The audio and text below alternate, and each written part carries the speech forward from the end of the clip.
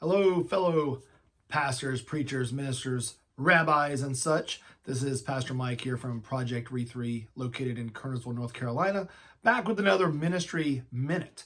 As always, this is just a time for me to share some thoughts as I'm kind of navigating through ministry and COVID, just like you guys are. We are all in this together. You're not in it alone. So we're just trying to figure out things a lot of times the hard way, but we can do it together.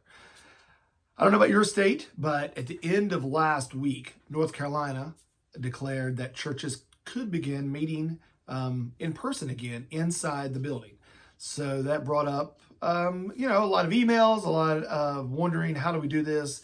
What's it look like? And in the midst of all of this, I'm sure you've seen them. There's been lots of brilliant YouTube videos going around from pastors of mega churches that are telling everyone this is what you should do if you want to begin meeting again. This is how we're handling things.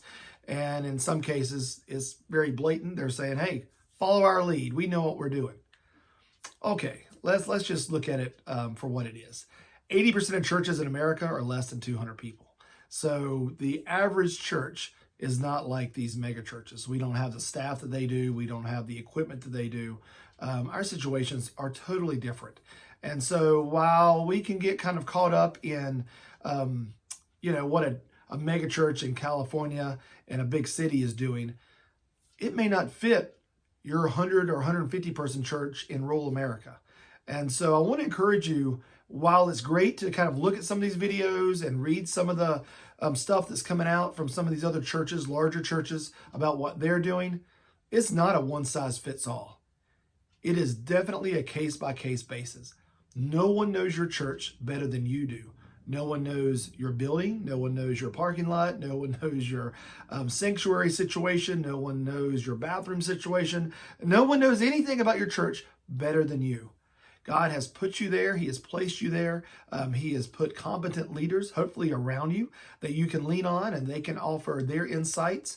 And you guys collectively together can decide what you feel is the next best move for your church. When to meet, how to meet, what things may look like as you begin to meet again. But I just want to encourage you, don't get lost in, they're doing this and they're doing that, so we need to be doing this. Don't. You know your church, you know your people, you know your congregation. It's okay if you're the only one doing something a certain way. Because if you believe that's what's best for your church and your people, then go for it. Do it that way. I sent a letter out to our church, a letter email this past week, announcing what our plan was and laying it all out. What we're doing isn't important. But what was important is I'll let everyone know, hey, I'm sure we're going to make some mistakes along the way. We're trying our best. There's going to be some touchy, some iffy issues or some gray areas, and we're going to try to navigate these waters as well as possible. But now is the time to really utilize the fruits of the Spirit.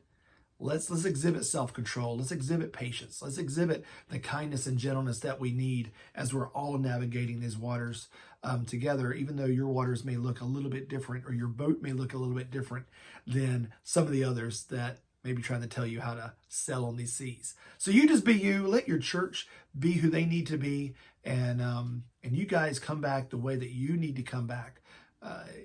You don't have to model anybody else. You know your church. God knows your church better than anybody. See you next time.